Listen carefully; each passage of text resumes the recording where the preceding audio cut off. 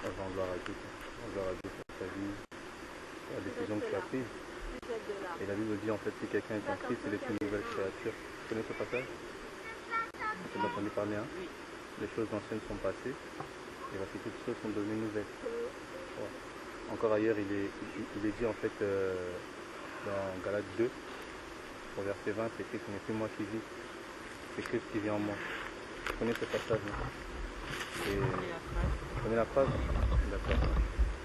Et donc c'est plus cette pensée-là qui va faire lire en fait dans le sens de la mort, de son ancienne nature, pour marcher dans une vie nouvelle.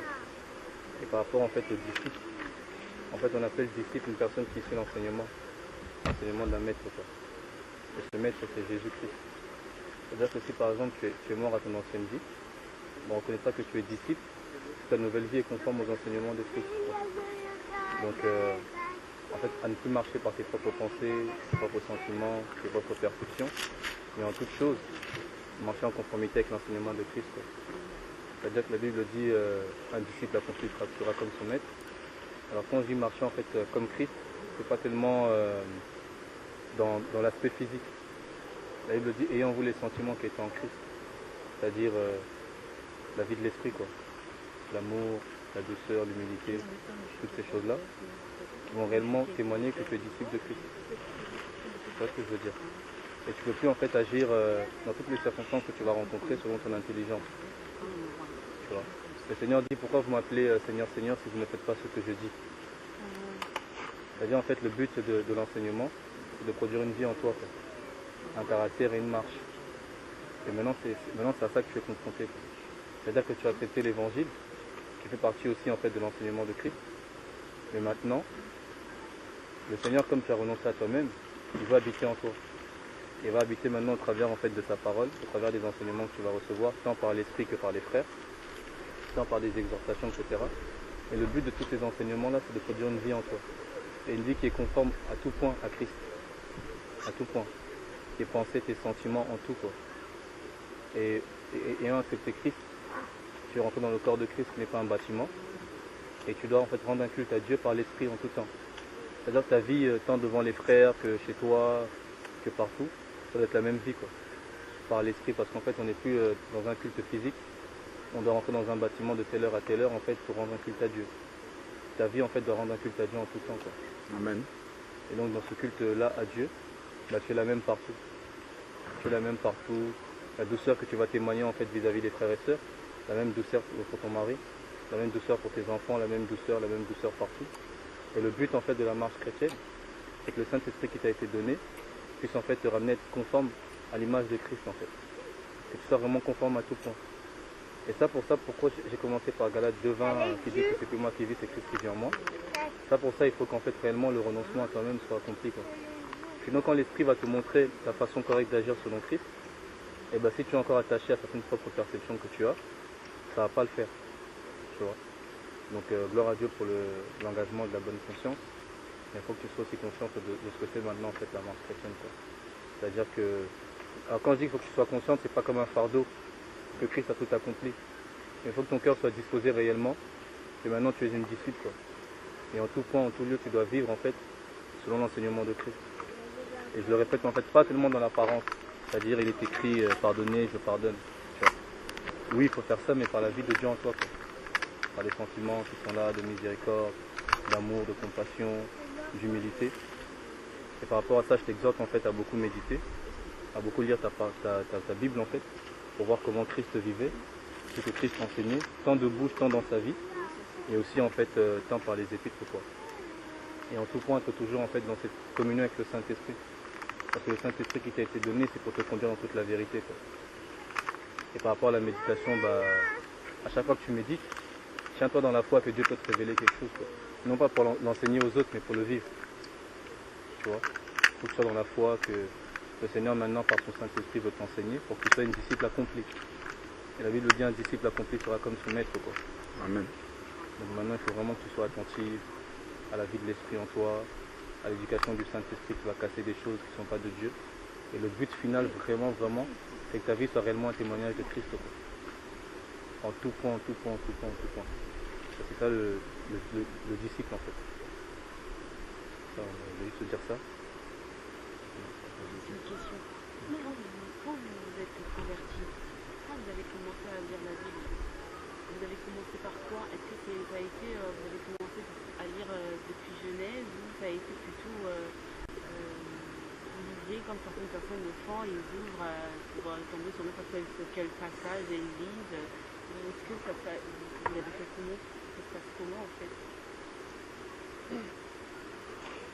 Est-ce que je peux répondre? Bien sûr.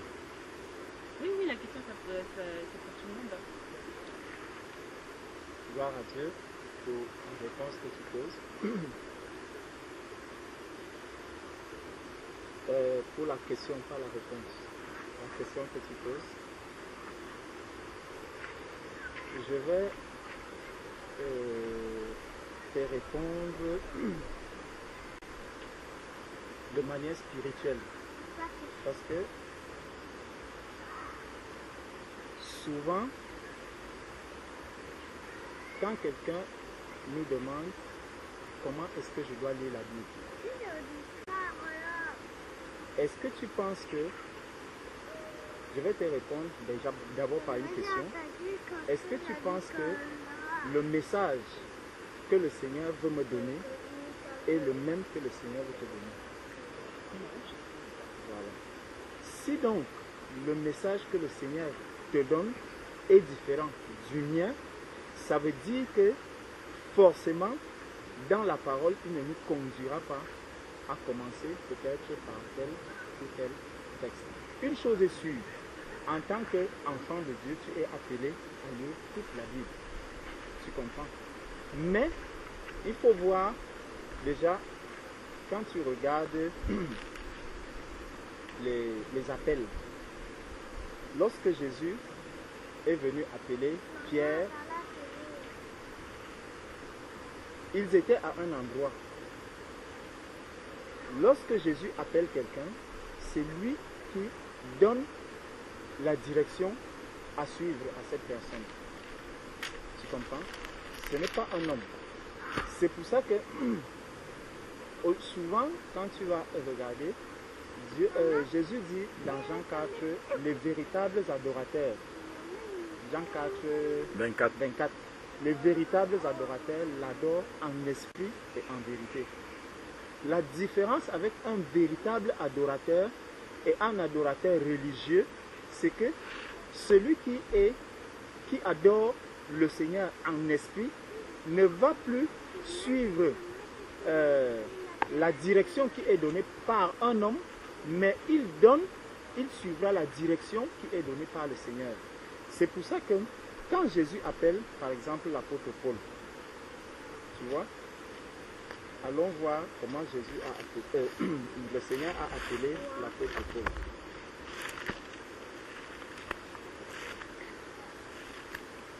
Quand le Seigneur appelle l'apôtre Paul, Actes chapitre 9.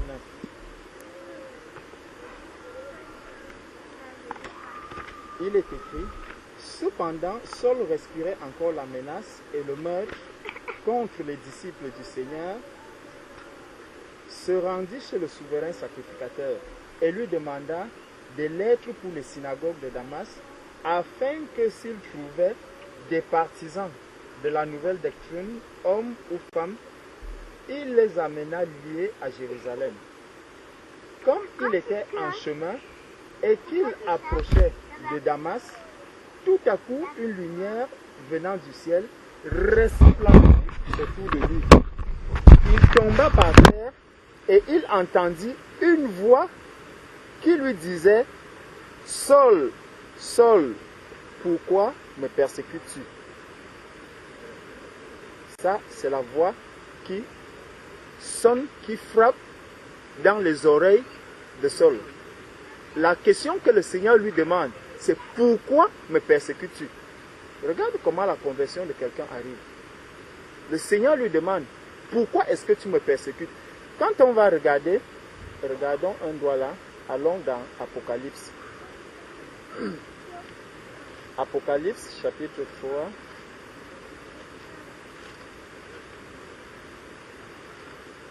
Le Seigneur va dire, Je me tiens à la porte et je frappe. C'est 3:20. Voilà. Apocalypse chapitre 3 au verset 20. Voici, je me tiens à la porte et je frappe. Si quelqu'un entend ma voix et ouvre la porte, j'entrerai chez lui, je souperai avec lui et lui avec moi. Regarde comment le Seigneur frappe à la porte chez Saul. Et en lui posant cette question terrible, pourquoi me persécutes-tu? Tu vois un peu? Donc voilà comment il a toqué à la porte de Saul. Je ne sais pas si c'est de la même manière qu'il t'a parlé à toi. Hein? Est-ce qu'il t'a demandé pourquoi tu le persécutes? Voilà. Donc, déjà tu vois que seule la manière dont quelqu'un vient déjà au Seigneur, ce qu'il a touché, moi je vais te dire, pour moi, c'était avec après avoir entendu un message sur la musique du monde. Pourtant, je n'aimais pas la musique. Mais je ne peux pas te dire, ma soeur, vraiment ce qui m'a amené, parce que la musique, ce n'était pas trop mon histoire. Mais ce message m'avait vraiment touché pour que je vienne au Seigneur. Donc, chez Saul, il lui demande déjà, Saul, pourquoi me persécutes-tu? Voilà comment le Seigneur va entrer dans la vie de Saul. Et donc, qu'est-ce que Saul va dire? Saul ne va pas dire, pourtant Saul est avec des personnes. Il ne va pas demander à X ou à Y, qu'est-ce que je dois faire maintenant? Parce qu'on nous dit même que ceux qui étaient avec lui n'ont pas entendu. Alors, revenons dans Acte 9, qui nous dit, voilà, verset 3, comme il était en chemin et qu'il approchait de Damas, tout à coup une lumière venant du ciel resplendit autour de lui. Il tomba par terre et il entendit une voix qui lui disait, Saul, Saul, pourquoi me persécutes-tu? Il répondit, qui es-tu, Seigneur? Tu vois, le dialogue commence immédiatement entre le Seigneur et Saul.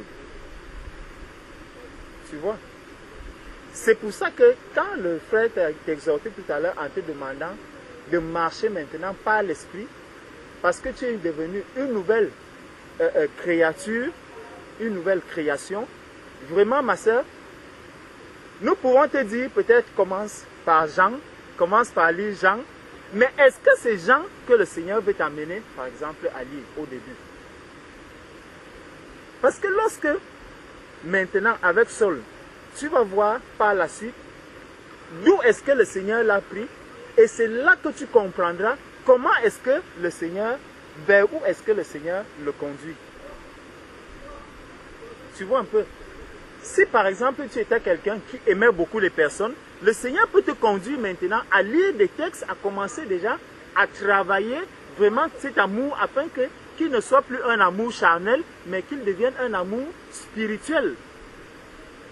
Tu vois? Donc, la première chose, c'est vraiment rentrer déjà dans l'intimité avec le Seigneur. Pour que le Seigneur te dise exactement pourquoi est-ce qu'il t'a appelé.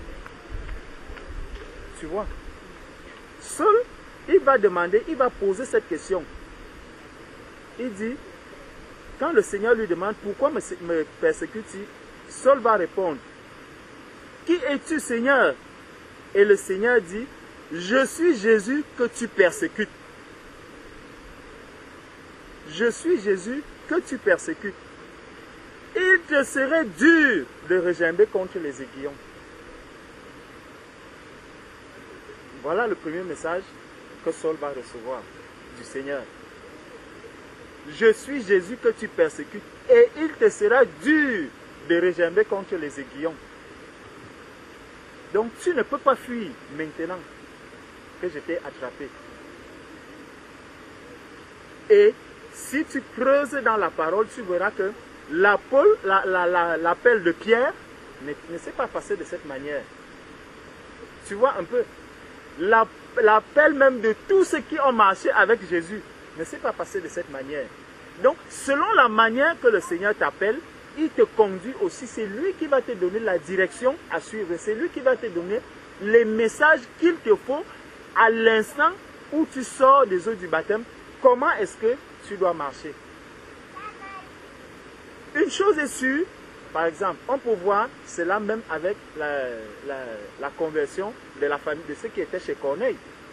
Tu vois, c'est le Saint-Esprit qui arrive en premier lieu, mais immédiatement, Paul va demander, mais peut-on refuser le Saint-Esprit à ceux qui ont déjà reçu le Saint-Esprit? Immédiatement, on les passe dans les eaux du baptême. Peut-on refuser le baptême d'eau? Peut-on refuser le baptême d'eau? Le baptême d'eau, voilà, à ceux qui ont déjà reçu le Saint-Esprit. Donc tu vois, vraiment comme le Seigneur t'appelle, nous, c'est pour ça que je ne voulais pas peut-être te dire, ma soeur, moi, en ce qui me concerne, lis par exemple Matthieu. Va commencer par lire Jean. Je serai peut-être en train de vouloir faire le travail que le Seigneur, lui, il veut faire pour toi. Il est préférable que tu rentres dans l'intimité avec le Seigneur, tu pries le Seigneur, tu restes au pied du Seigneur, que le Seigneur puisse lui-même te parler et te dire, voilà ma fille, aujourd'hui, tu es devenue mon enfant, tu es devenue ma fille, voici ce pourquoi je t'ai appelé. C'est pour ça que beaucoup de personnes, Jésus dira, mes brebis entendent ma voix et elles me suivent. Beaucoup de personnes suivent plutôt les hommes au lieu de suivre le Seigneur qui les a appelés. Et c'est pour ça que beaucoup de personnes aussi, quand tu vas lui parler véritablement de la relation qu'il a avec le Seigneur, il te dira, ah, moi je sais que je crois en Dieu, je sais que je crois en Dieu, je sais que je crois en Dieu. Non. Si le Seigneur t'a appelé, c'était pour une raison bien précise. Et il a un but bien précis qu'il vise sur toi. Ça peut être dans ta famille, ça peut être auprès de tes parents, ça peut être auprès de ceux qui sont autour de toi, ceux qui te connaissaient, ça peut être auprès de tes amis. La démarche ne sera pas la même avec le Seigneur. Les premiers pas ne seront pas les mêmes avec tout le monde. Néanmoins, tu es appelé à connaître toute cette parole. Mais tout au début, te dit, ma soeur, commence par lire Jean ou commence par lire Apocalypse. Parce que le Seigneur peut aussi commencer par te demander d'aller lire Apocalypse. Hein? Quand tu vas commencer à lire Apocalypse, là où tu vas dire, mais ça c'est quoi ça? Pourtant, c'est ce que le Seigneur veut t'amener à comprendre.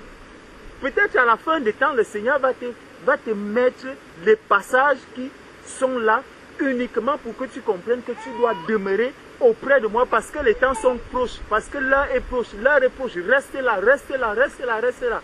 Donc, tout cela, c'est dans l'intimité avec le Seigneur que tu recevras ce message. Alors, qu'est-ce que Saul va dire? On nous dit qu'il répondit, qui es-tu Seigneur? Et le Seigneur dit, je suis Jésus que tu persécutes. Il te serait dur de regimber contre les aiguillons. Tremblant et saisi d'effroi, il dit, Seigneur, que veux-tu que je fasse? Tu vois? Que veux-tu que je fasse? Je ne sais pas ce que je dois faire. Pourtant, il était avec des personnes. Il pouvait bien demander à ces personnes, mais vous avez déjà entendu parler de Dieu. Qu'est-ce qu'il faut faire pour ne pas regimber à Dieu? Mais non, ce n'est pas ça que Saul va faire. Pourquoi? Parce que Saul, dès cet instant-ci, il marche déjà par l'Esprit. Il veut déjà adorer celui qui l'a appelé, la voix qu'il a entendue. C'est à cette voix, c'est à cet appel qu'il répond maintenant. Ce n'est plus à l'appel d'un homme. Non, Saul est en train de répondre à l'appel direct du Seigneur. Et le Seigneur lui dit, lève-toi maintenant, entre dans la ville et on te dira ce que tu dois faire. Tu vas donc voir. On te dira ce que tu dois faire. Même ce que cette personne-là va lui dire. La personne ne va pas se lever d'elle-même pour venir dire, Sandra, voici ceci, voici cela. Non. Moi, par exemple, je venais juste assister au baptême. Je ne savais même pas que je pouvais apporter un message. Donc, je ne peux pas te dire là, parce que le Seigneur m'a dit que voilà Sandra, ceci, ceci, ceci pour toi. Non, peut-être aux autres frères. Donc, c'est pour ça que je vais te parler de moi. Verset 7. Les hommes qui l'accompagnaient demeurèrent stupéfaits. Ils entendaient bien la voix, mais ils ne voyaient personne. Saul se releva de terre, et quoique ses yeux fussent ouverts, il ne voyait rien. On le prit par la main et on le conduisit à Damas. Il resta 3 jours sans voir et il ne mangea ni ne but.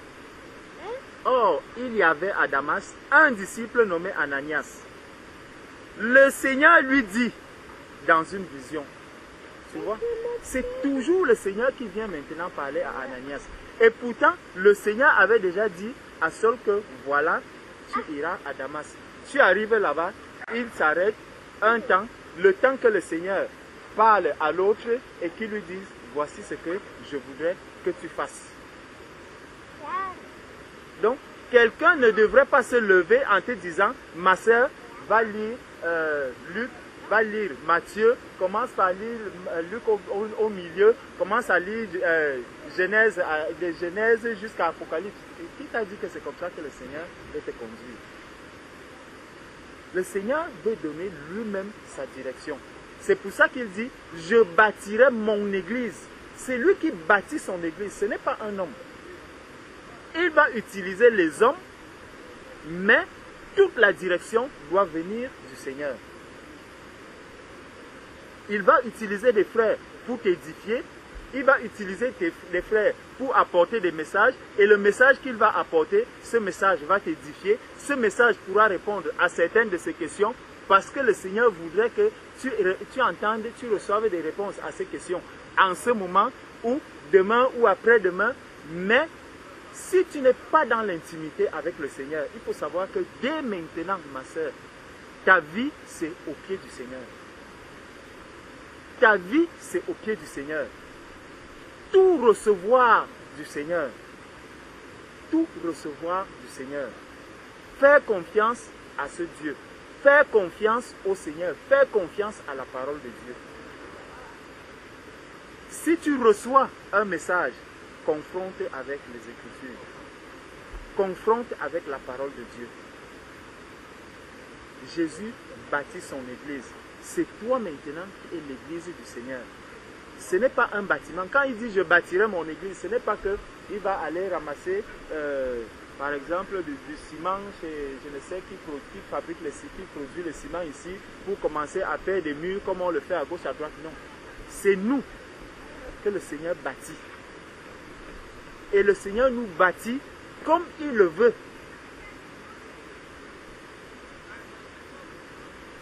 On est bien d'accord? Le Seigneur te bâtit vraiment, ma soeur, comme il te veut.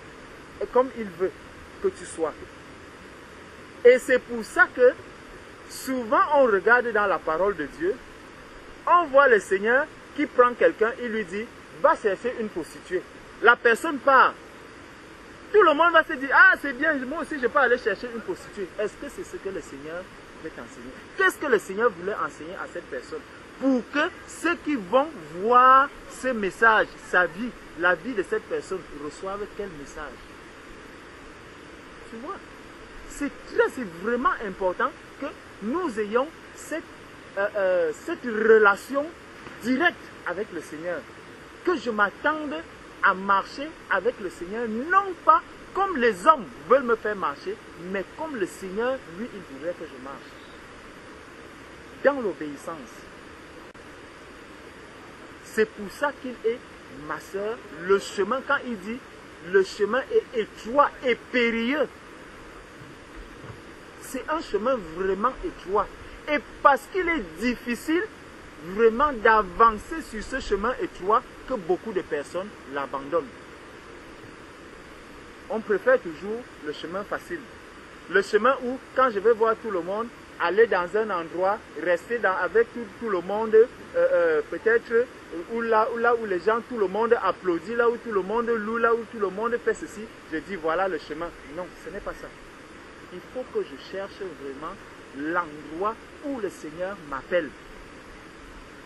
Souvent, quand quelqu'un est conduit dans les eaux du baptême, ce qu'on va dire à la personne, nous ne t'appelons pas, ma soeur, peut-être à te rassembler avec nous. Non.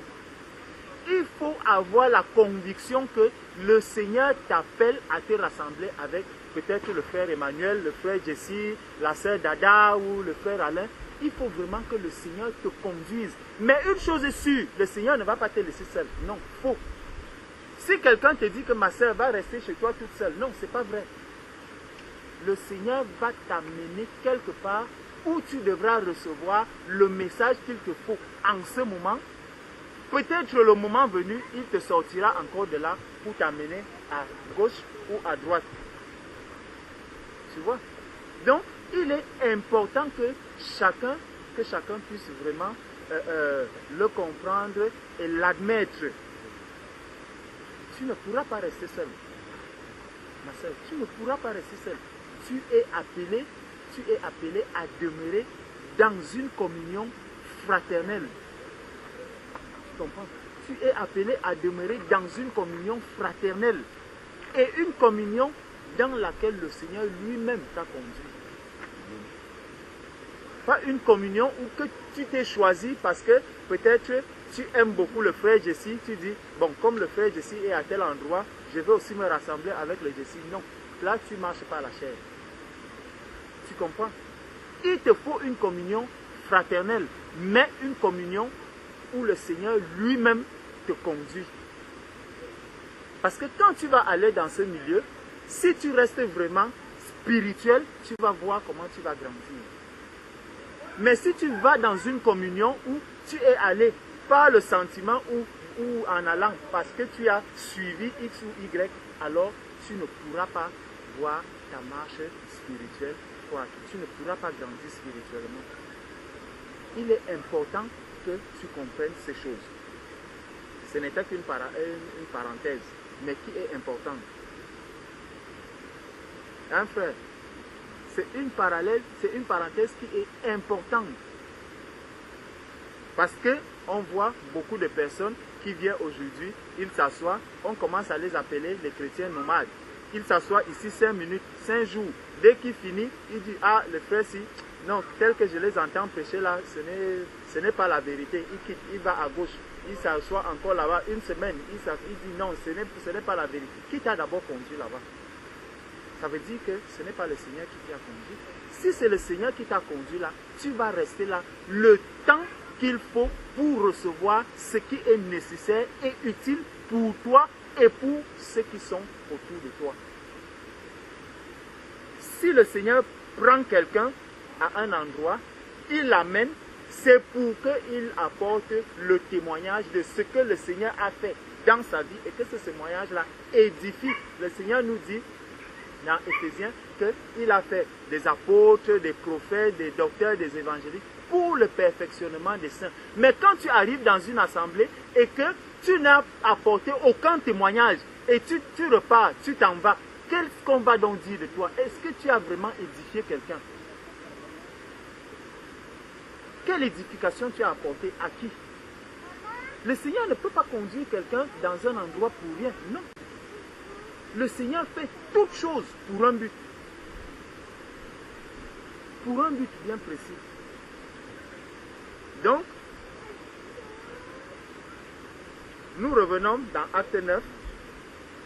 On nous dit, il resta 3 jours sans voir et il ne mangea ni ne but. Tu vois?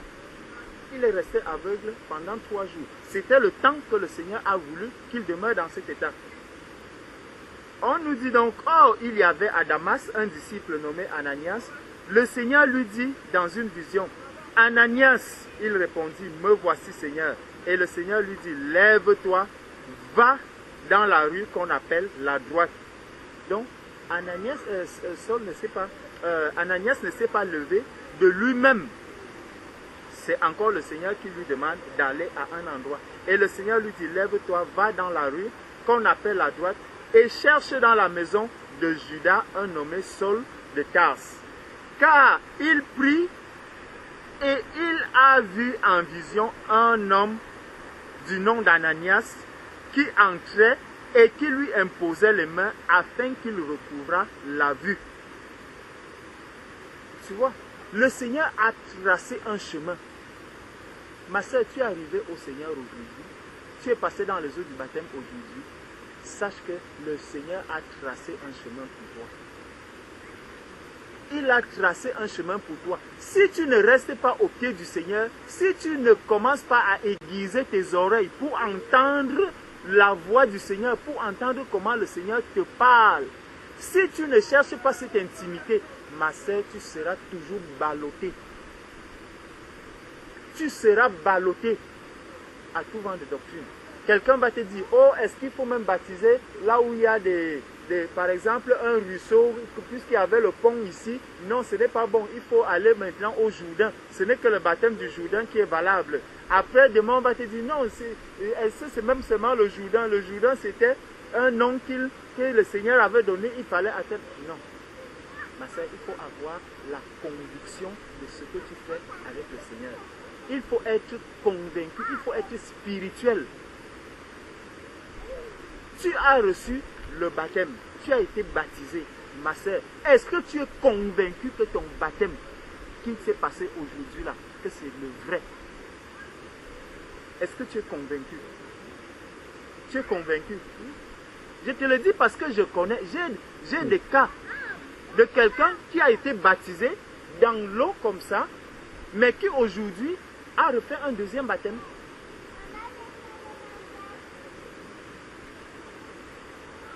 Je vous dis, mes soeurs, et ce n'est pas ça qui va changer, c'est pas ça qui va changer mon rapport avec le Seigneur. Ce qu'on a fait là, tu comprends, c'est les hommes qui l'ont fait. Mais maintenant, ma soeur, si tu ne marches pas en esprit, ça ne te servira à rien. Si tu ne cherches pas vraiment l'intimité avec le Seigneur, ça ne te servira à rien. N'oublie pas Judas. Judas a marché avec Jésus-Christ. Mais Judas s'est pendu à la fin. Il n'a pas obtenu la vie. Donc beaucoup vont croire que, oh, parce que je vais rencontrer un frère super spirituel, que forcément moi aussi je vais devenir super spirituel. Faux. Faux. Auquel cas Judas serait devenu super spirituel. Faux. Si je cherche véritablement le Seigneur, si je veux vraiment marcher comme le Seigneur veut que je marche, alors j'arriverai à être parfait comme le Seigneur est parfait, à être saint comme le Seigneur est saint. Et j'aurai alors la couronne. Il est important que nous marchons en esprit, que nous marchons en esprit, qu'on recherche vraiment cette intimité avec le Seigneur.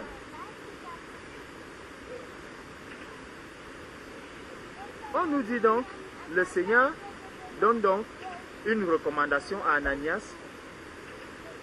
Maintenant, verset 13. Au verset 13. Seigneur, j'ai appris de plusieurs personnes tout le mal que cet homme a fait à tes saints dans Jérusalem.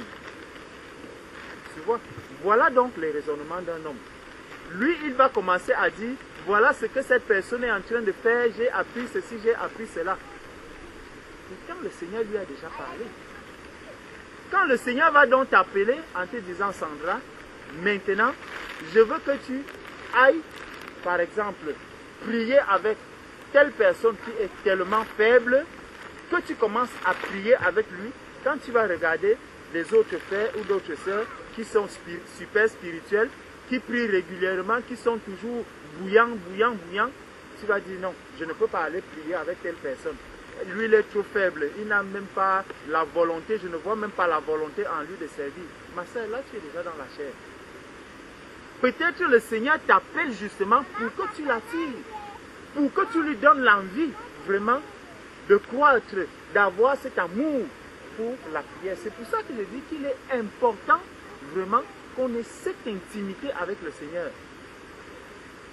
Ne va pas quelque part pour le plaisir d'aller, ne va pas quelque part parce que c'est pour un frère t'a dit, bon voilà, va à tel endroit, va à tel endroit. Je vais te dire, ma soeur, va prier avec Dada. Tu dis, ok, j'ai compris. Tu vas au pied du Seigneur.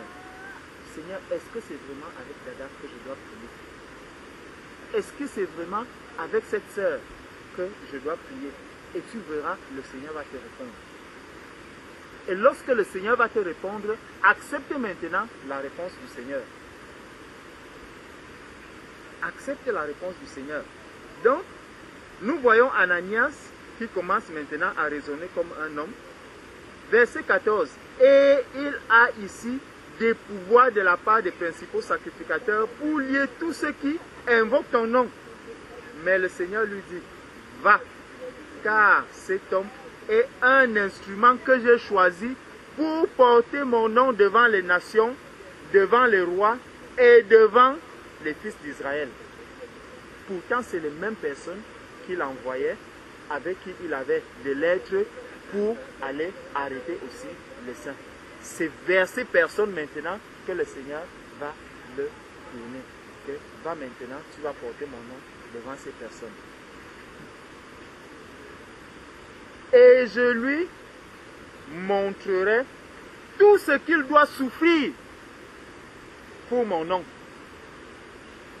Ma sœur, n'oublie pas l'évangile bonbon qu'on prêche aujourd'hui, ce n'est pas vrai. Pour souffrir, c'est le début de la souffrance. Tu vas faire du bien à quelqu'un, ma sœur, ne t'attends pas au bien. Attends-toi au mal. Le bien doit te surprendre.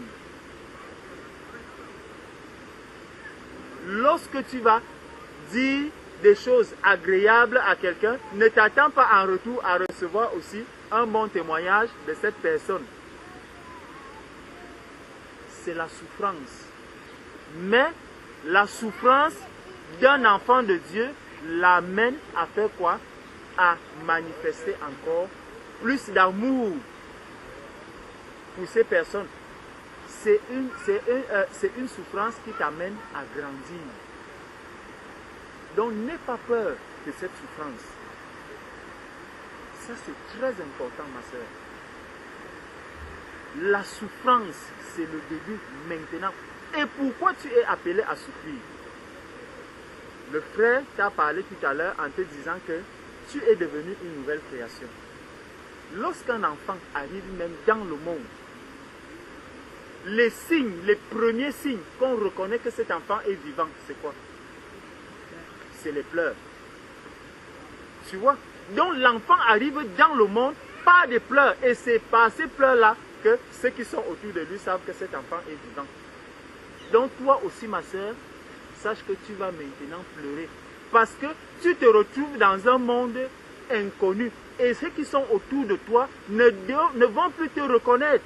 Ils ne vont plus reconnaître la vie que tu manifestes maintenant. On va demander, mais Sandra n'était pas comme ça avant. Mais pourquoi elle est devenue si? Pourquoi elle est devenue ça? Pourquoi ceci? Pourquoi cela? Pourquoi ceci? Pourquoi cela? Et quand toutes ces questions vont germer dans leur tête, forcément, la séparation va arriver. Forcément, la division, la rupture va arriver. Avec tes parents, ça sera la rupture. Avec tes tantes, ça sera la rupture. Avec tes grands-parents, ça sera la rupture.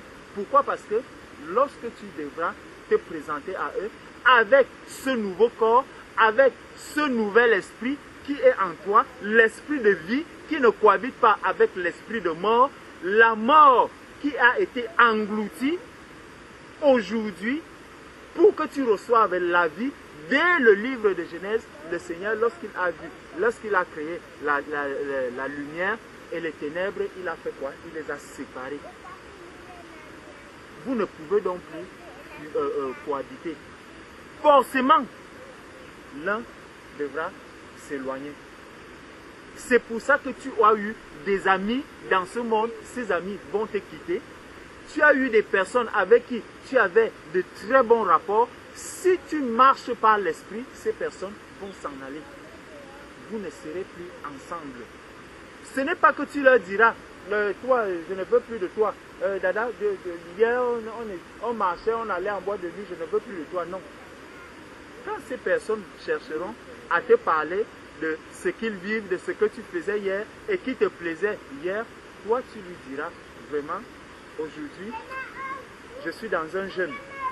Et je veux vraiment prier, je suis en train de prier le Seigneur pour qu'il m'aide vraiment à marcher selon sa volonté, à faire telle chose, à manifester l'amour, à faire ceci. Où je suis en train de prier pour des malades, où je suis en train de prier pour les veuves, pour les veuves, la personne va te dire, mais attends, tu es devenue une vieille femme, tu n'es même pas encore veuve, tu commences à prier pour les veuves. Et tout ça, une fois, deux fois, trois fois, séparation. Ils vont partir. Vous n'allez plus vous entendre. Donc, le Seigneur dit ici qu'il appelle Saul. Pourquoi? Parce qu'il va souffrir pour son nom. Il précise bien, il va souffrir pour mon nom. Ne souffre pas parce que tu es allé voler et on t'attrape, on te conduit au commissariat, tu commences à appeler les frères. Frère, vraiment, je suis dans des épreuves. Bon, tu n'es pas dans les épreuves. Tu payes le prix de ce que tu as fait. Maintenant, si c'est parce que tu as apporté un message d'amour, si c'est parce que tu as exhorté quelqu'un, la personne t'a insulté, parce que tu as manifesté vraiment de la compassion envers une autre personne et la personne t'a humilié, là, c'est pour la gloire de Dieu. Là, c'est une souffrance qui t'apporte la vie.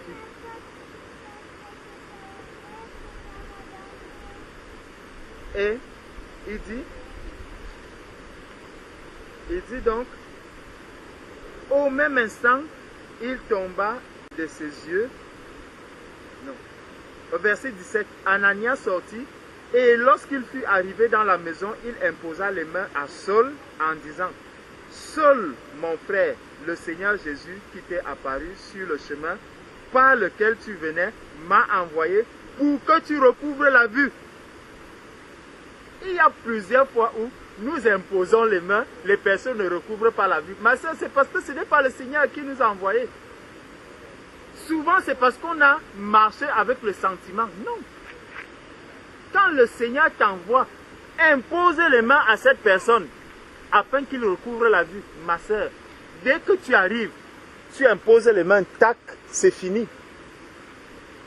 Ananias n'avait quel pouvoir pour ouvrir les yeux de Saul? Non, mais c'est parce que le Seigneur le lui a dit. Il lui a dit, va. Maintenant, si je vois mon frère ou ma soeur qui est malade, j'arrive, on dit frère, prie pour tel qui est malade. Quand je vais dire, bien aimé, je ne sais pas si vraiment je dois prier pour lui. Oh, regardez ce frère. On lui présente les malades, il ne veut même pas prier. Le Seigneur a dit, allez guérir les malades, allez faire ceci. Non, c'est pas ça. Si c'est le Seigneur qui t'envoie, alors, dès que tu vas imposer les mains, comme Ananias a fait, direct. Et ça montre quoi? Ça montre que beaucoup de fois, on essaie de marcher, tantôt par l'esprit et tantôt par la chair. Et ça fait quoi? Ça fait que je viendrai imposer les mains sur quelqu'un. Au nom de Jésus, recouvre la vue. La personne ne recouvre pas la vue. Quand je retourne là, tu vois, j'ai prié au nom de Jésus. Pourtant, la parole de Dieu dit quoi? Tout ce que vous demanderez à mon nom, croyez que vous l'avez reçu. Ça veut dire que lorsque le Seigneur m'a demandé de faire quelque chose, Ananias, lorsque le Seigneur l'a envoyé, il lui a dit, va imposer les mains à Saul pour qu'il recouvre la vie. Dès qu'il a imposé les mains à Saul, tac, il a recouvré la vie. Quand on regarde l'aveugle, c'était qui? Jean et qui? L'aveugle qui était assis devant sur le chemin du temple. Pierre et Jean. Pierre et Jean, voilà. Lorsqu'ils vont lui dire que nous n'avons rien, au nom de Jésus, lève-toi et marche. Le Seigneur avait déjà préparé toutes choses. Le Seigneur l'avait déjà mis sur leur chemin. Le Seigneur avait déjà prévu que là où ils vont passer là, il y aura cet homme. Le monsieur, lui, l'attendait peut-être des pièces de monnaie ou ceci, mais ce n'est pas le monsieur qui leur avait demandé de lui demander de prier pour lui. Ils ont vu et immédiatement ils lui ont dit, nous n'avons rien, Ce que nous avons, nous te le donnons au nom de Jésus. Lève-toi et marche. Si donc tu es en train de vouloir faire quelque chose, pose-toi d'abord la question, est-ce que ce que je suis en train de faire, vraiment, je suis envoyé par le Seigneur? Est-ce que c'est vraiment le Seigneur qui est en train de me conduire? Je vais faire quelque chose. Est-ce que vraiment c'est moi qui suis la personne qui doit faire telle ou telle chose? Est-ce que c'est vraiment le Seigneur qui me demande de le faire maintenant? Tout ça, c'est lorsque nous marchons par l'Esprit et que nous avons une intimité avec le Seigneur, que nous allons rentrer vraiment dans cette profondeur, que nous allons toucher vraiment les profondeurs du Seigneur. Et là, lorsque le Seigneur parlera directement, je vais écouter et ce qu'il me demande de faire sera accompli. Parce que nous disons que le Seigneur n'est pas un homme pour mentir, ni le Fils de l'homme pour se repentir. Ce qu'il dit, c'est ce qu'il accomplit. Il a dit ici à Ananias, lève-toi, va, prie. Il va recouvrer la vie. Il a prié et il a recouvré la vie. Donc, au même instant, il tomba de ses yeux. Voilà. On nous dit, le Seigneur Jésus qui t'est apparu sur le chemin par lequel tu venais m'a envoyé pour que tu recouvres la vue. Donc, ce n'est pas moi-même, c'est le Seigneur Jésus qui m'a envoyé. Pour que tu recouvres la vue et que tu sois rempli du Saint-Esprit. Au même instant, il tomba de ses yeux comme des écailles et il recouvra la vue. Il se leva et fut baptisé. Comme tu as été baptisé. Et on dit, et après, il eut pris de la nourriture pour les forces. Donc, tu vois bien que la direction que le Seigneur te donne, la manière que le Seigneur veut te conduire, tu peux faire cet exercice-là avec tout ce que le Seigneur a appelé un à un. Tu vas voir comment est-ce que le Seigneur les conduit. Si on avait le temps, vraiment, on allait parcourir pour voir, tout éplucher, pour voir comment est-ce que le Seigneur conduit. Donc, c'est le Seigneur qui appelle toute personne et c'est lui qui dirige, c'est lui qui te conduit comme il veut et là où il veut t'amener. Bon, ça c'est au niveau de la direction que le Seigneur va te donner lorsque il t'a appelé. Mais même lorsque tu es déjà avec le Seigneur, là on peut le voir, par exemple, dans Luc, voilà, prenons Luc, chapitre 8. Dans Luc chapitre 8, à partir du verset 22, il nous est dit, un jour, Jésus monta dans une barque avec ses disciples. Donc ici, ce sont des disciples du Seigneur. Donc, ils étaient déjà avec lui un bon moment. Il leur dit, passons de l'autre côté du lac. Donc, ils ne se sont pas levés d'eux-mêmes. C'est Jésus qui a donné la direction. C'est Jésus qui leur a dit, donnez l'ordre que maintenant, passons de l'autre côté. Tu vois? Donc, même lorsque tu es déjà devenu disciple du Seigneur, il faut que tu restes attentif à la voix du Seigneur. Tu ne marches pas de toi-même. Tu ne marches pas parce que X ou Y a dit ceci. Le Seigneur peut utiliser cette personne comme il a utilisé Ananias, comme dans le cas de Saul, mais il faut aussi être dans la certitude que cette personne, c'est vraiment le Seigneur qui l'a envoyé. Donc, passons de l'autre côté du lac. Et ils partirent. Tu vois, dès que le Seigneur t'a déjà dit, tu n'es plus. Et lorsque le Seigneur veut t'utiliser, lorsque c'est le Seigneur qui t'envoie, tu n'auras même pas la possibilité de regimber contre les aiguillons. Si vraiment tu es son disciple. Parce que souvent, Quand tu es disciple, tu dis, est-ce que cette voix-ci, est-ce qu'elle peut même venir du Seigneur? Comme avec Pierre, lorsque Pierre devait aller chez Corneille, tu vas commencer à te demander, je n'ai jamais fait manger quelque chose de souillé, comment tu me montres ceci? Mais le Seigneur va te demander, qui es-tu? Qui es-tu? Et finalement, tu vas fléchir les genoux et tu t'en iras. Donc, pendant qu'il naviguait, Jésus s'endormit. Un tourbillon fondit sur le lac. La barque se remplissait d'eau et ils étaient en péril. Ils s'approchèrent et le réveillèrent en disant, « Maître, maître, nous périssons. » Encore les pleurs. Saul a pleuré, ceux-ci sont aussi en train de pleurer et ils vont continuer à pleurer, même dans leur marche. Après que le Seigneur soit mort, ressuscité, les pleurs ne vont pas s'arrêter, ils vont continuer à pleurer. Pourquoi? Parce que nous sommes sur la terre, nous ne sommes pas de cette terre et le combat est continuel. C'est pour ça que dans le livre d'Apocalypse, aux lettres aux 7 églises, il dit, celui qui persévérera. Ma soeur, maintenant, il faut savoir que tu dois persévérer. En toute chose, dans la prière, il faut persévérer. Dans la communion fraternelle, il faut persévérer.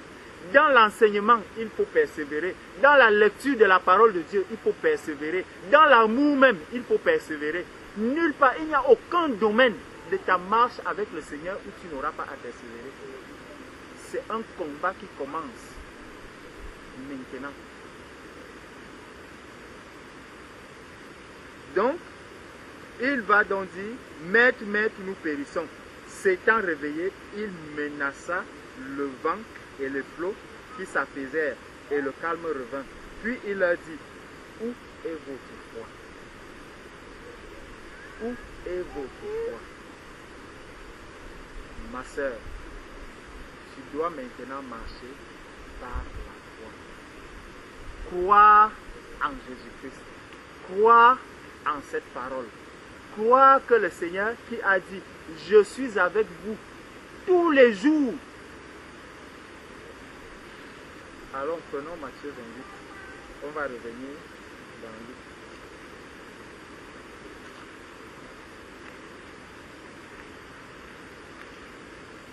Matthieu chapitre 28 nous dit, à partir du verset 16, les 11 disciples allèrent en Galilée sur la montagne que Jésus leur avait désignée. Quand ils le virent, ils se prosternèrent devant lui, mais quelques-uns eurent des doutes. Quelques-uns eurent quoi? Des doutes. Quand tu vas voir le Seigneur te conduire à cet endroit, tu avais déjà vu le frère Jesse marcher d'une certaine manière. Lorsque le Seigneur, lui, il va chercher à te conduire d'une autre manière, qu'est-ce qu'il va faire? Le doute pourra s'installer en toi. Le Seigneur t'appelle maintenant, toi, pierre vivante, pour le louer, pour l'adorer, pour le suivre tel que lui-même le veut, pas comme les hommes le veulent. Ce n'est pas comme un homme veut, mais Jésus, le Seigneur, a un plan pour toi, pour ta vie, pour que tu sois vraiment cette pierre qui va apporter quelque chose dans le corps du Christ. Tu n'es pas là pour orner le temple. Et même si le Seigneur t'a appelé pour être un ornement, tu ne vas pas orner comme tous les autres.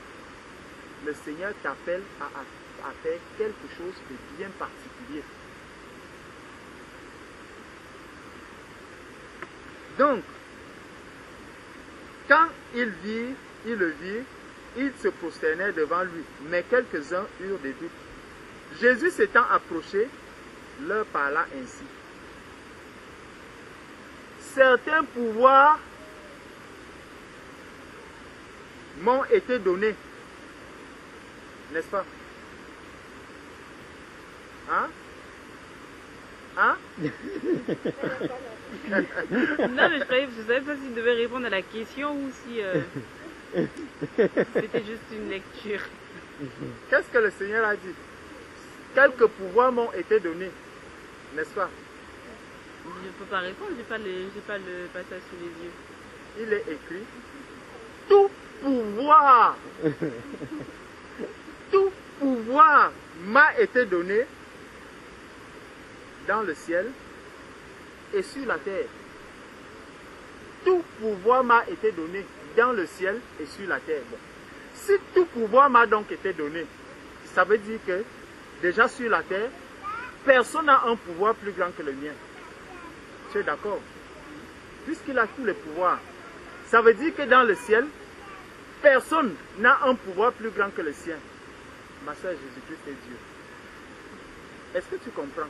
Oui. Tout pouvoir m'a été donné dans le ciel et sur la terre. Il a le plus grand, le pouvoir qui soit le plus grand. Tout, il dit tout pouvoir. Donc, personne n'a encore le pouvoir, par exemple, de fléchir mon genou. Personne n'a le pouvoir de me dire, de me donner des ordres pour faire ceci. Non, il dit tout pouvoir m'a été donné dans le ciel et sur la terre. Est-ce que tu comprends ça? C'est ce Jésus-là, c'est de lui que Paul va dire, ce n'est plus moi qui vis, c'est Christ qui vit en moi. Celui qui a reçu tous ses pouvoirs, celui qui a tout pouvoir. Donc, Paul était en train de dire que tout pouvoir que Jésus a reçu habite en moi. C'est pour ça que la mort ne lui fera plus peur. Et Paul va même dire, je veux mourir, mais quand je vous vois encore, je veux encore rester. Tu vois, le chrétien ne devrait plus avoir peur de la mort. Si vraiment nous réalisons que c'est Christ qui vit en nous et que Christ a vaincu la mort, que Christ a reçu tout pouvoir m'a été donné dans le ciel et sur la terre. Notre Seigneur est tout puissant. C'est le tout puissant. Et maintenant donc, quand il vient leur rappeler, c'est un rappel qui vient leur faire. C'est un rappel. Avant maintenant de leur montrer quoi? La direction qu'ils vont maintenant suivre. Il leur rappelle d'abord qui est-ce que Jésus-Christ est.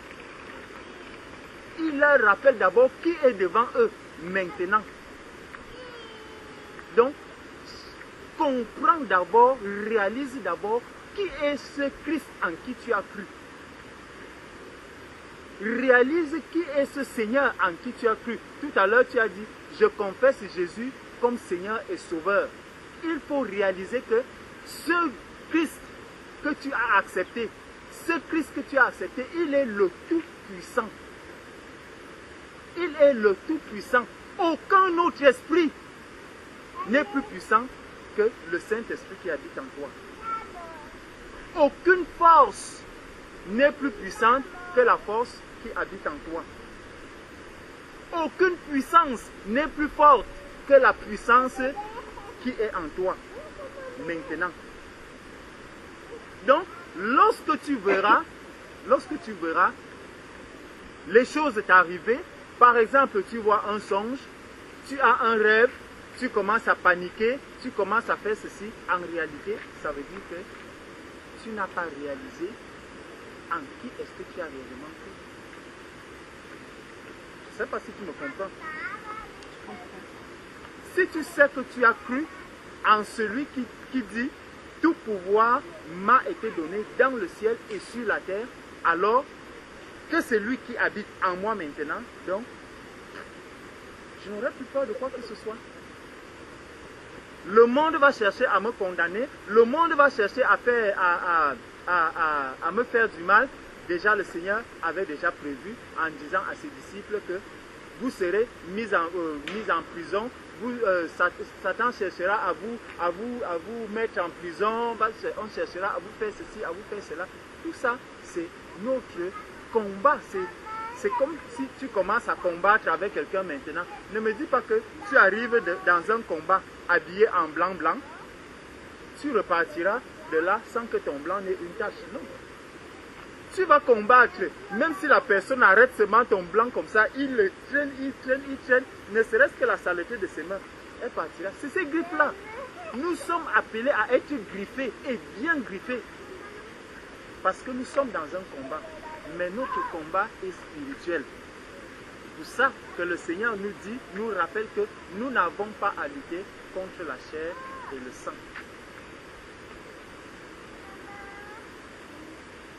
Donc, le Seigneur vient donc d'abord rappeler en disant que tout pouvoir m'a été donné dans le ciel et sur la terre. Après maintenant, il va leur dire, allez. Donc, si vous avez bien compris que tout pouvoir m'a été donné, maintenant, je vous donne donc cet ordre.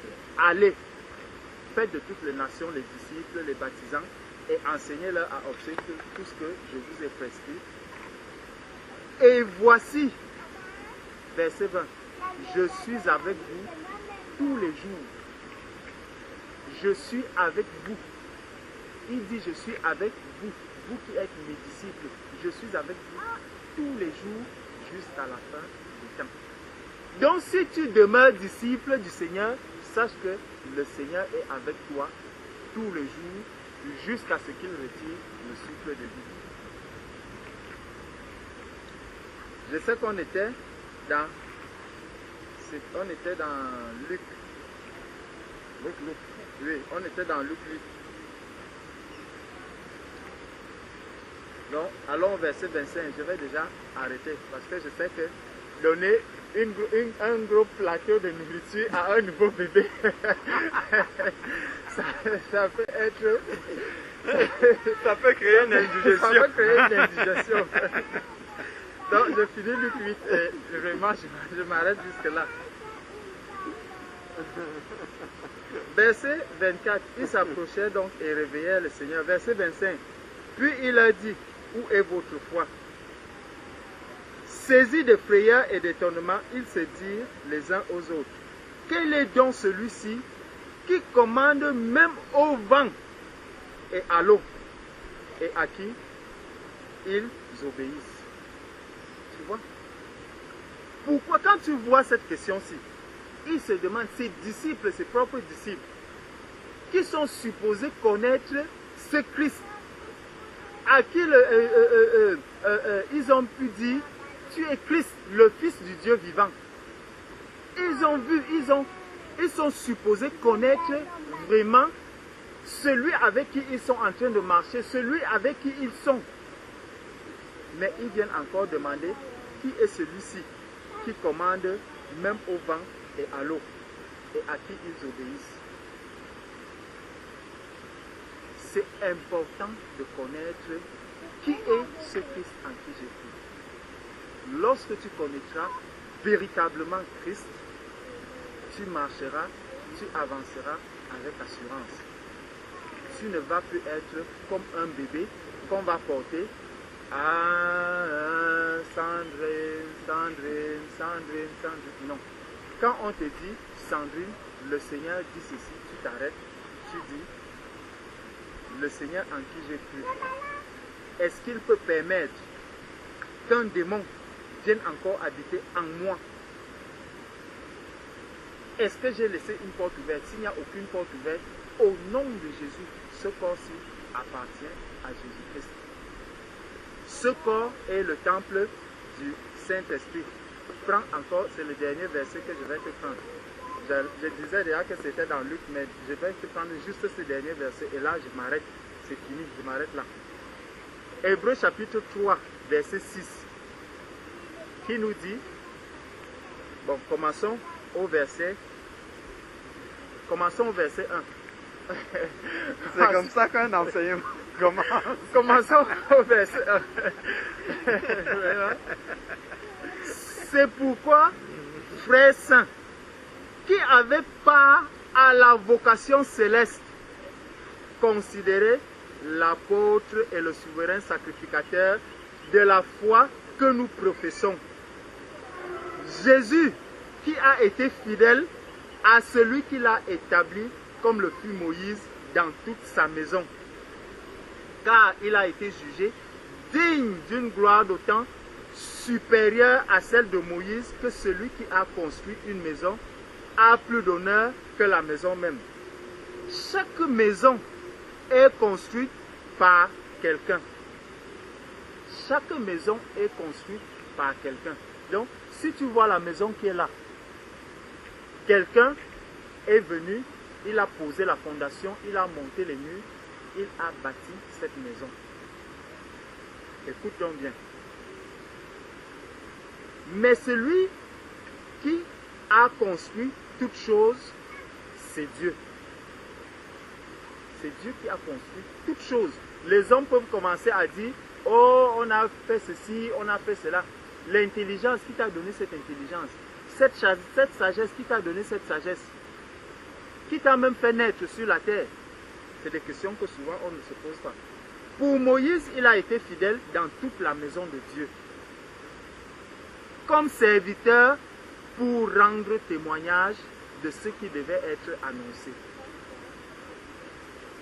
Mais Christ l'est comme fils sur sa maison. Christ l'est comme fils sur sa maison. Et sa maison, c'est nous. Donc nous sommes la maison de Christ. C'est pour ça que Paul va dire, ce n'est plus moi, que Christ habite en moi. Tu comprends maintenant? Sur ce verset-ci, il nous rappelle que sa maison, c'est nous. Nous sommes l'habitation du Seigneur.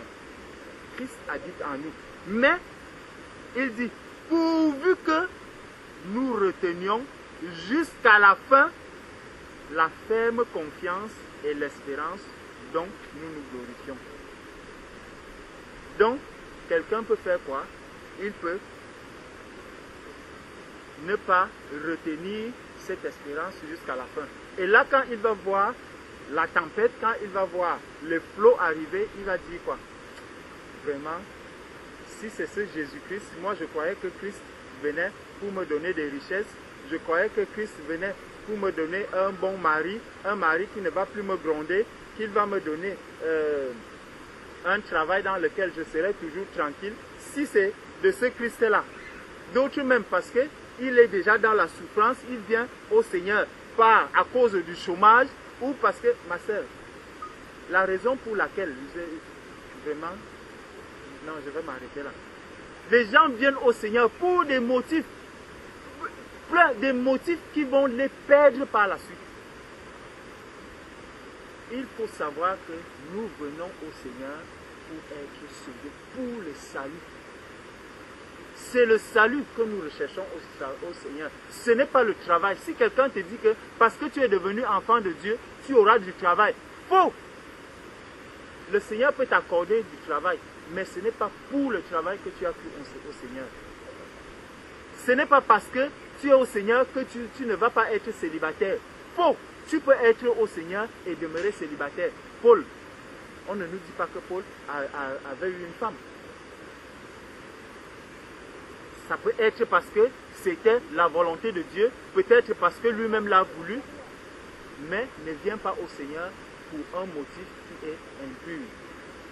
Sinon, tu risques de te perdre en chemin. Il faut savoir que Jésus-Christ est le chemin, ce chemin que tu as choisi. Il est la vérité. Tu dois accepter cette vérité, la porter en toi. Il est la vie.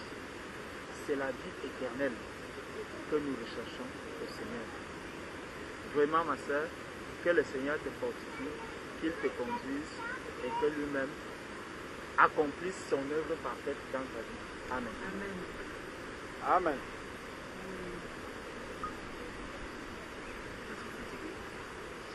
Ce que le frère a dit, il y a quelque chose qui a attiré mon attention et qui m'a fait réaliser en fait que nous manquons de foi en fait. Nous n'avons pas la foi. Parce que quand Jésus dit tout pouvoir m'a été donné dans le ciel et sur la terre, ça veut dire qu'il a tout pouvoir effectivement sur la terre. Comment pouvons-nous dire que Jésus-Christ habite en nous si nous croyons qu'il a tout pouvoir sur la terre et qu'il habite en nous? Comment pouvons-nous avoir encore des craintes de la vie de tous les jours? Ce n'est pas possible si on a réellement la foi. En fait, ça veut dire qu'on n'a pas encore, soit on n'a pas encore compris effectivement que Jésus-Christ habite réellement en nous et qu'il a effectivement tout pouvoir, parce que si nous le croyons, c'est fini. Il n'y a rien qui ne peut plus nous impressionner sur la terre. C'est justement parce que nous manquons de foi. Et nous sommes exactement comme les disciples qui étaient dans la barque. Exactement. On n'est pas différent de ces disciples-là. Si quelqu'un croit que Jésus-Christ est réellement, s'il croit de tout son cœur que celui qui a dit cette parole-là, tout pouvoir m'a été donné dans le ciel et sur la terre, habite à l'intérieur de lui, ça le transforme immédiatement. C'est terminé en fait. Si constamment on a sa présence à l'esprit, celui qui a dit tout pouvoir dans le ciel et sur la terre m'appartient, s'il habite en moi, c'est pas qu'il est ici. Quand je viens ici ou à l'église, comme on dit, je le rencontre, non, il est en moi. C'est-à-dire que si je vais là, il se déplace avec moi. Si je vais là-bas, il va aussi avec moi. Si je suis conscient que celui-là, qui a tout pouvoir, est avec moi partout, ça change toute ma vie, complètement. Même quand je vais venir prier pour un malade, si je sais que celui qui a tout pouvoir est en moi, en priant pour le malade, ça change tout de suite. Complètement. Donc ça, ce sont des versets qu'on lit tout le temps.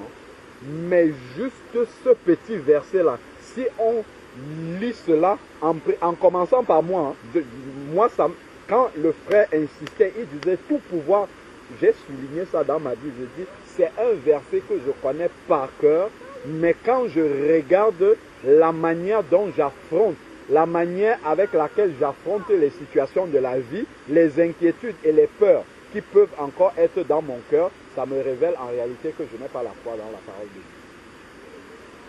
Je n'ai pas la foi dans ce que Jésus-Christ dit. Je le dis, c'est intellectuellement, mais ce n'est pas encore réellement descendu dans mon cœur. Et c'est ça qui fait la différence entre les apôtres et nous. Les apôtres, c'était une vérité dans leur cœur. C'était vraiment une vérité et ça a révolutionné leur façon, en fait, d'être complètement. Quand ils arrivaient quelque part, ils savaient que celui qui a tout pouvoir dans le ciel et sur la terre était avec eux là-bas. Donc, par eux, cette volonté, ce pouvoir-là ne pouvait que s'accomplir. C'est pour ça que la Bible nous dit que quelques personnes ont transformé le monde qui existait à cette époque-là. Ils étaient quelques-uns seulement. Mais la révélation de savoir que celui qui a tout pouvoir habitait en eux, ils ont changé le monde. Partout où ils passaient, ça changeait totalement. Parfois, il ne faut pas connaître toute la Bible. Hein. Je dis un morceau de verset comme ça, ça peut renverser en fait la personne qu'on est. Je dis la révélation sur un morceau de verset. Tout pouvoir m'a été donné dans le ciel et sur la terre. Jésus dit, je ne vous laisserai pas orphelins, mais je viendrai et je serai en vous. Si on comprend ça, ça là seulement déjà, ça fait de nous vraiment un authentique disciple de Jésus. Amen. J'espère qu'on aura le temps de prendre des questions. Que Dieu permettra qu'on ait le temps de partager. Je crois que tu as des questions peut-être. Non, c'est concernant l'école. Je suis née dans une église à peu près comme ça. D'accord. D'accord, ok, gloire à Dieu. Rencontre Espérance à Porte Dorée. C'est une église, comment je suis arrivée en 2007, ça pouvait être le pasteur avait déjà 87, avait commencé, il avait fait 10 ou 14 années. Oui. Donc, le pasteur était là, ça pouvait être l'église avait déjà plus de 50 ans. Eux, ils sont vraiment dans la scène. D'accord. La femme, c'est témoignage. Et moi, je ne suis pas restée longtemps. Moi, j'ai vécu là-bas. Je n'ai pas tardé à Plus de 3 années. Il y a eu l'église à côté de chez moi. Vous prenez quelque chose? Je suis restée, je crois, disons 3 ans et demi, mais après, j'ai vu une église qui était ouverte près de chez moi. Oui. Le poisson chrétien, c'est là où je suis, à Boisson. Où ça? aussi, c'est ça. Poisson chrétien. Là où tu es chez moi. Je suis là depuis 2009. À ICC? D'accord. Mais il y a, comment dire, il y a le ministère des femmes qui fait les lorons de femmes. Non, je pense pas. Elle est chez sa famille. Non, elle est avec son papa. Ah, merci. Elle est habituée à maman, donc. Les femmes jouent le rôle, même pour après il y a les femmes, les femmes. Je croyais que vous Donc là, actuellement, tu pries à ICC. Je suis à ICC depuis 2009. Depuis 2009. D'accord. Mais j'étais née de nouveau dans une église qui a le rôle spécifiquement, les femmes ne doivent pas enseigner les hommes, donc les femmes doivent témoigner, donc le rôle de la femme. Donc ils sont très très... Et à ICC, les femmes prêchent la parole de Dieu. Pas forcément, c'est les hommes prêchent, mais bon, il y a comment dire, la femme du pasteur qui a commencé son mari est à autorité, quoi. Donc il donne la femme, mais pas à des occasions pour les femmes. On va dire au revoir.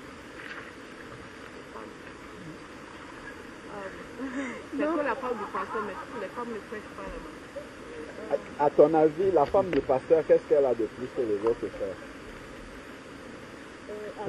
Pourquoi elle serait autorisée à prêcher et pas vous, par exemple? Ah, vous partez? Oui. Oui, hein. Moi, je ne sais pas. Je ne peux pas avoir de Bon, je laisse tu pars quand? Mardi. Mardi. Que Dieu t'accompagne. Tu restes combien de temps? C'est au Gabon? Non, au Congo Brazzaville. Au Congo Brazzaville, d'accord. D'accord. Je reste à peu près un mois. À peu près un mois. D'accord.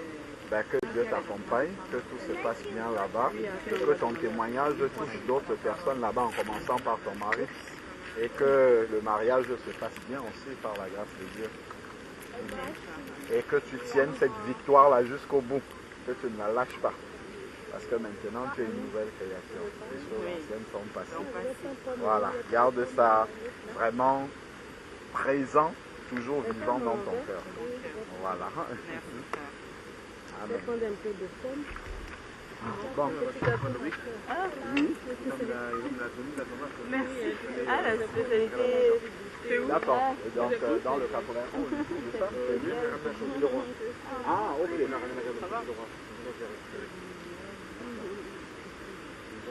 Tu pars aussi? Tu vas à Créteil? Merci, ma soeur. En confort, tu as deux façons d'ici. Oui, Avec amen, le RER. ma soeur. Ah bon? Oui. D'accord, ok. Moi, je te voyais beaucoup plus loin que ça. Ça doit faire super. D'accord. Merci beaucoup. Ok, ben, tu transmets mes salutations fraternelles en conscience. Il faudra qu'on passe voir où vous êtes à l'occasion. Il faudra nous dire quand vous êtes disponible, on passera vous saluer. Donc, nous restons en prière pour que tout se passe bien. Ah, moi aussi, je suis en vacances depuis hier soir. Voilà. Voilà, voilà. Voilà. Ça sera vous saluer. Ok, ben dans la paix du Seigneur. Hein.